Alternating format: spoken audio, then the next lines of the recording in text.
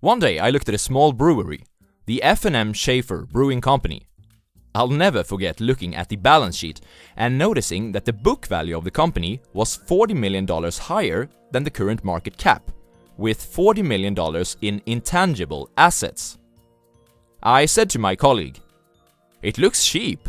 It's trading below its book value, a classic Benjamin Graham value stock."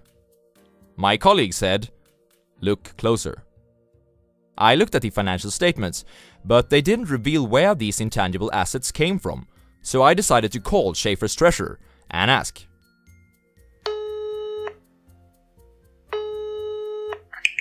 "Hi there, I'm looking at your balance sheet right now, and I just wonder, where does these $40 million in intangibles come from?" "Oh, don't you know our jingle?" Schaefer is the one beer to have when you're having more than one.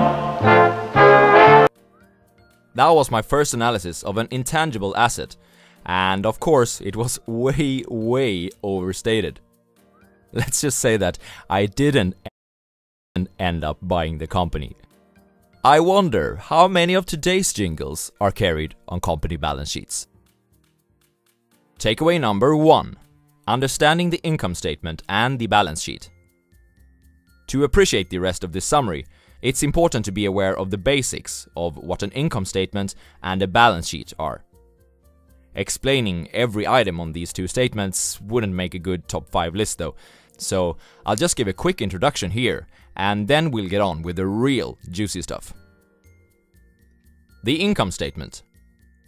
The income statement focuses on the revenues of a firm and its expenses during a specific time period, normally a quarter or a year. The statement begins with revenue and ends up with company earnings or net income. Let's see how. First, costs of goods are typically subtracted. Then, other operating expenses are deducted, such as wages, transportation, utilities, and depreciation. Now we've calculated the operating income, or the EBIT, which stands for earnings before interest and taxes.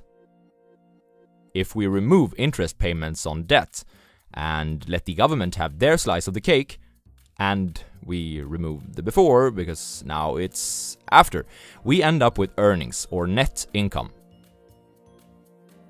The balance sheet. The balance sheet is a snapshot in time, usually December the 31st, which visualizes two sides that must always balance out: how much a company owns and how much it owes. What it owns is shown on the asset side. What it owes is shown on the liability side. Assets are divided primarily into two categories: long-term ones such as machinery, real estate, production plants, and intangibles, and current or short-term ones such as cash in the bank, liquid securities, and inventory.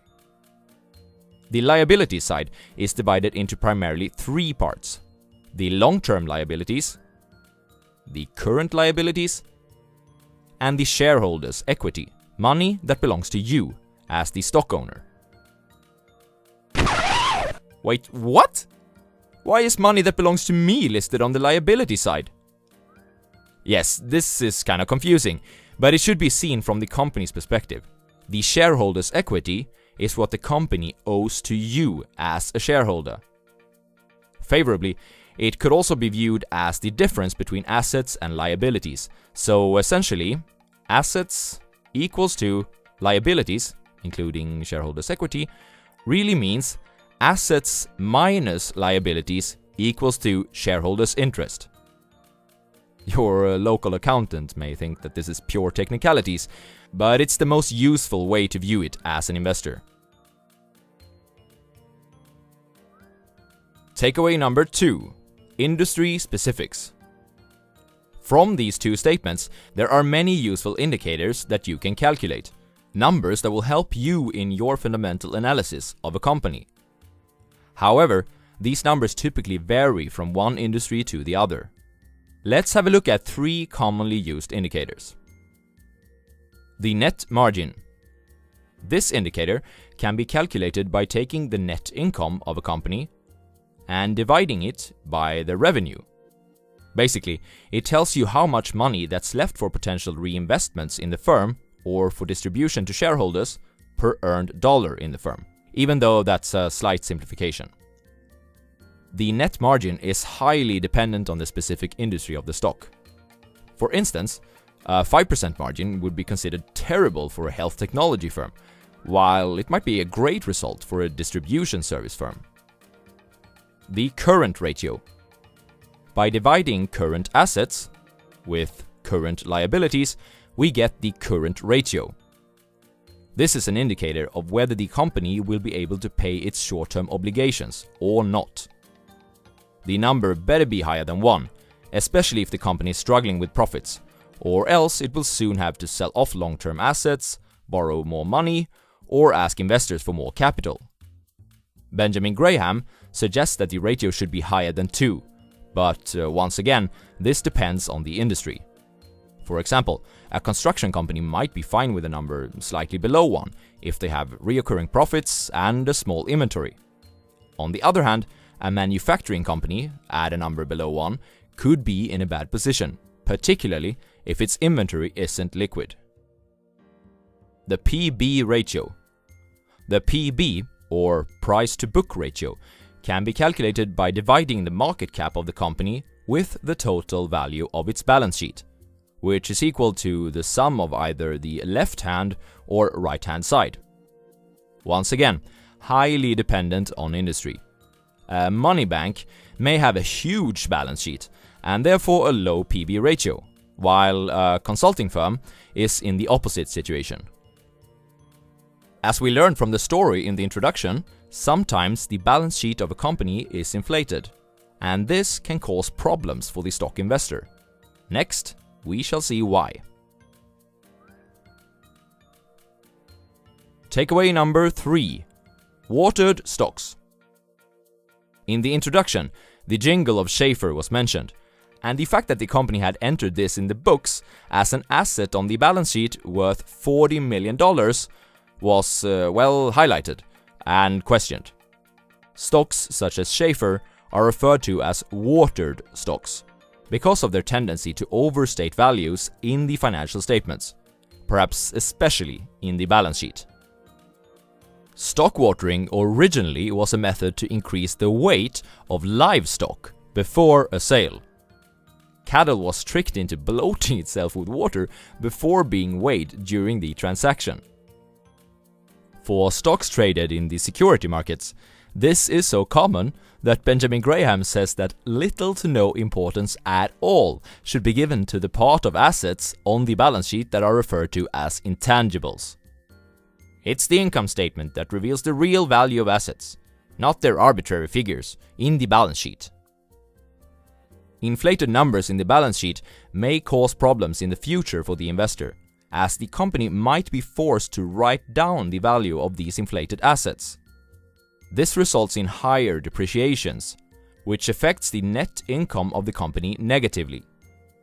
If a company has a high value of total assets compared to revenues, this could be of major importance to consider, because the greater the assets, the greater the possible negative impact on earnings. Takeaway number 4. The liquidation value of a firm.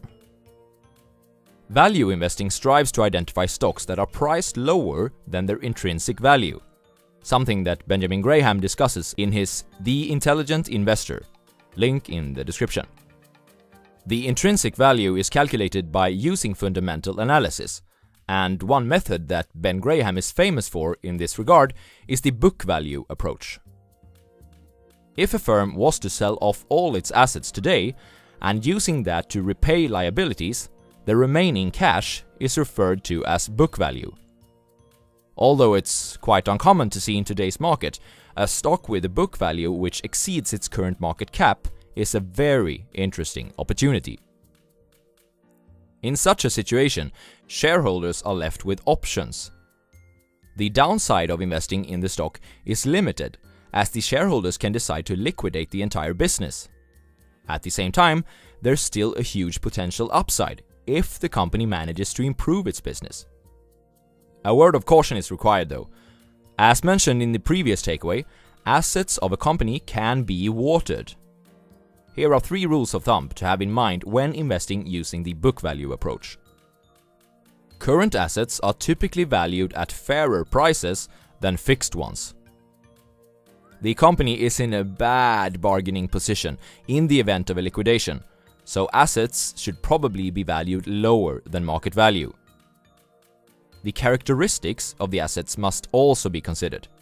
A specialized manufacturing company will probably have a harder time to sell off its manufacturing plants than a bank or an insurance company will have to sell off their financial assets. Takeaway number 5. Expected returns of the quantitative investor. An investor that buys stocks when companies look cheap according to their financial statements only, and sell when they look expensive according to the same statements, will probably not make any spectacular profits. On the other hand, the investor will probably avoid big losses. Therefore, my own analysis consists of 2 steps. Firstly, I filter out companies that look healthy based on financial statements and ratios. And secondly, I filter them out based on market trends, competition, scalability, and so on. The first part is quantitative, and the second is qualitative.